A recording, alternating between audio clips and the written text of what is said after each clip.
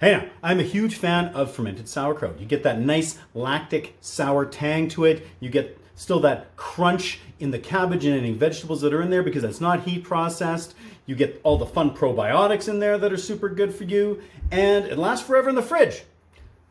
But my favorite part is that you can play around with the flavors and do all kinds of stuff to it. So when I wound up with a little left out over red cabbage, this is about half a red cabbage the other day, I decided, you know what, let's do something a little different. Recently, a little while ago, I made a fermented red cabbage sauerkraut where I added garlic and red chilies, and it has this really nice spice to it, but I thought, we can do better. We can do hotter. So I went and picked up a whack load of habaneros, and I've got a plan here that's going to be almost Mexican sort of flavors going on here with garlic and cumin and coriander and lime, peppers, all kinds of stuff. So come along for the ride. Taking a look at the ingredients here, of course, we've got that red cabbage. I'll give you some quantities here in a bit. We've got the habanero peppers. I've got an assortment of just sweet bell peppers. We have some limes, half a red onion here, and then some garlic.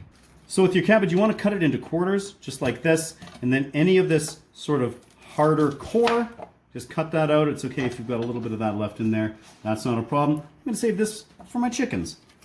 Then you want to slice everything up. And with the exterior of the cabbage, when you first start with it, you want to make sure that you snag 1 or 2 large leaves like I've got here from the exterior, because you're going to use that on top of your fermentation. Once you have that sliced, I just like to go through, give it a chop here. This is where we're creating the size of the little chunks that are going to be in the finished sauerkraut. You don't have to be completely symmetrical with everything here or equal. Just like that. Once you've got all that, you want to pop it into a large vessel. I'm just going to use this big tub right here.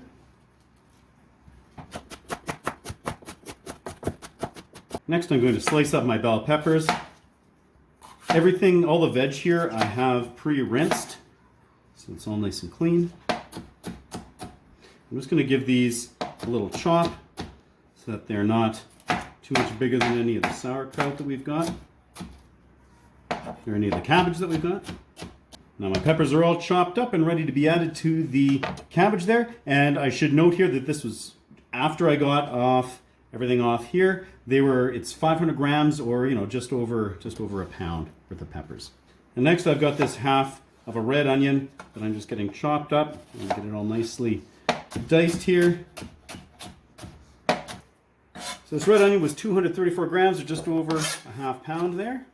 Now I've got my peeled garlic here. I've gone ahead and cut off most of the little ends there. Now this is 100 grams, or around 3.5 ounces of garlic, and I'm just going to give it a nice rough chop here.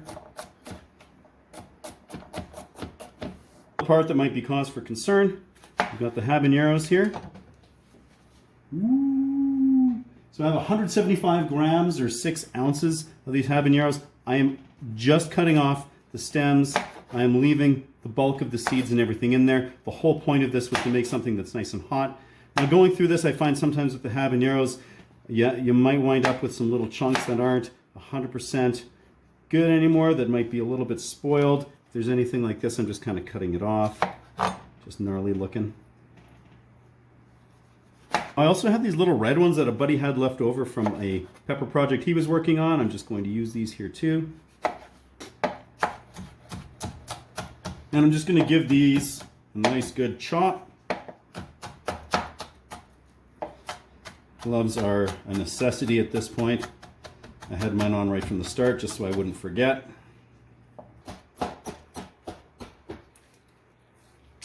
Okay, there we are, ready to add to the tub.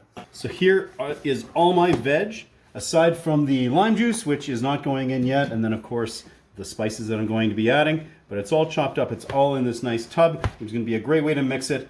Now, based on the amount, the weight that I've got going on here, I went with a tablespoon and 2 teaspoons of pickling salt. You can use pickling salt, kosher salt, any kind of sea salt. Basically, you're looking for anything that is not iodized salt, because we're looking for bacterial activity here, and that iodized salt can really inhibit that. So now I'm just going to sit here and massage it for anywhere from 5 to 10 minutes. We're just trying to really work that salt in and start to extract some brine.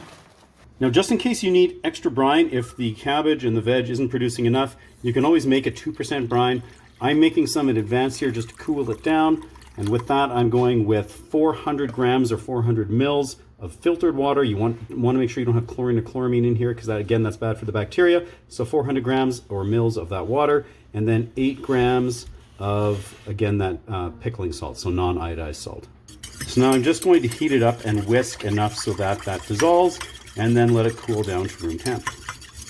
So after 5 minutes here, you can see that there is some brine being produced. Now, I really like going with red cabbage because I find that it keeps that color, which is really nice. I prefer that to the green cabbage, and I swear it comes out a little bit crunchier in the finished product. However, I wouldn't stake my life on that. It might just be my own little perception, but either way, it's starting to produce some brine. I do now want to add my spices. So I'm going with a nice tablespoon of cumin seed, and I really debated this, but I wound up deciding to do it. I've got a tablespoon of coriander seed here as well.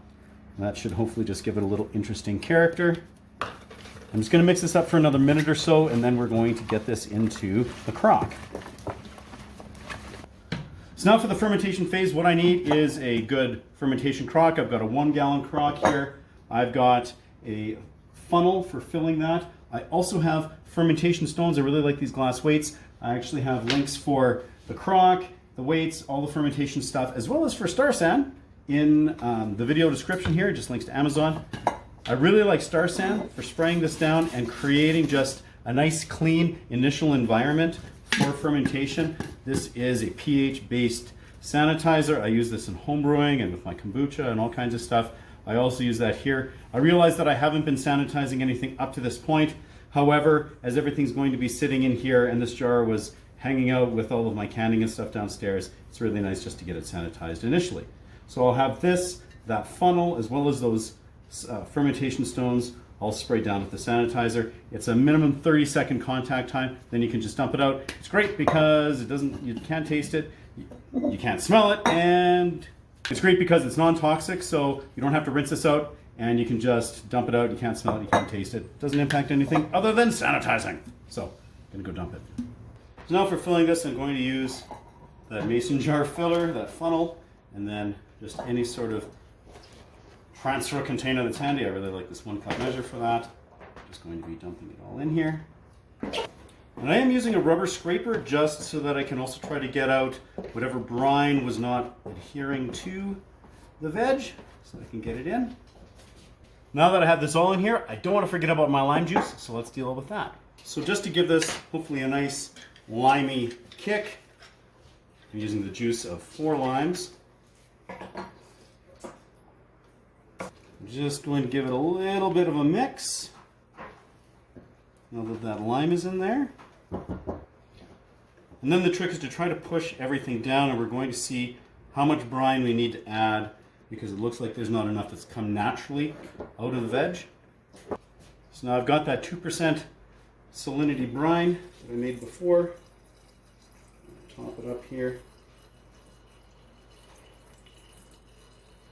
I'm actually going to add the whole amount so that I know we're up above there. Then the last steps for now is I'm going to take the cabbage leaf that I had saved from before, and these are nice to use because when I get these fermentation weights into here, they're just going to help cap everything and prevent some of perhaps like the chunks of garlic or some of those seeds from getting up above that water line. If a little bit comes up, it's not a big deal, but we're just trying to minimize that. So there we are. And loosely get that lid on so that as this is fermenting and gas is being produced, it can escape and not build up pressure. So now that you're all ready to ferment, you want to get this into a nice kind of warm location, somewhere between 70 and 80 degrees Fahrenheit would be ideal. You can get fermentation kicking off, and you also want to make sure that it's hidden from light. If UV light's getting in here, that can inhibit the bacterial process. So if you are leaving it out just like on the counter in the kitchen or on top of the fridge or something, make sure just to cover it loosely with a towel to protect it. About 2 days in, we've got signs of fermentation here. Nice big gas pockets going on. Gas rising up throughout. It's a really good, ooh, there we go. That's a really good sign. So we've had just over a couple of weeks here for this habanero sauerkraut to ferment. I think it's time we probably take a little taste here. Ooh, check out the cranberry ginger kombucha over there.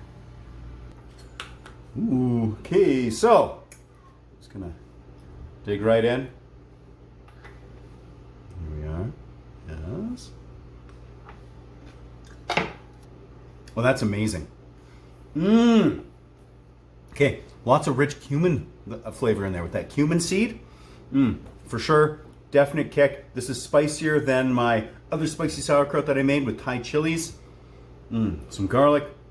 All right, I'm not gonna do like a full-on, I just wanna eat the whole thing right now. I'm not gonna do a full-on tasting right now. I'm gonna take this and get it into the fridge. This, if you're doing something like this crock, I actually keep in a refrigerator that I've got downstairs in the brewery area. I just leave it in there all the time. Extracting to top up like a half-liter mason jar that I keep in my kitchen fridge. So I'm gonna let this all chill down and I wanna taste it once it's cooled. But first I'm having more. Oh, so it's a couple weeks later and I've got this, as you can see, in one of my little pint or half-liter jars here, which I like to keep in the fridge upstairs in the kitchen. Oh, this smells absolutely divine. We've got all of that aroma, tons of cumin, there's a bit of coriander, you got the garlic, the red onion, all those peppers, and of course, just a little bit of earthiness coming out of that cabbage. Oh yeah, she's still got that spice, believe me, and that color, super rich. You can see that everything's kind of taken on that really nice pinky purple, I don't know what the color would be called, hue. Absolutely fantastic. I definitely prefer this to that green cabbage because it kind of loses that color and sort of yellows over time and stuff. This just becomes pink and it doesn't really change after this. So I like that. Super fun, delicious, tons of flavor, lots and lots of spice. So give this a whirl. Let me know how it turns out if you try it. And until next time, keep your peppers and kraut at 11.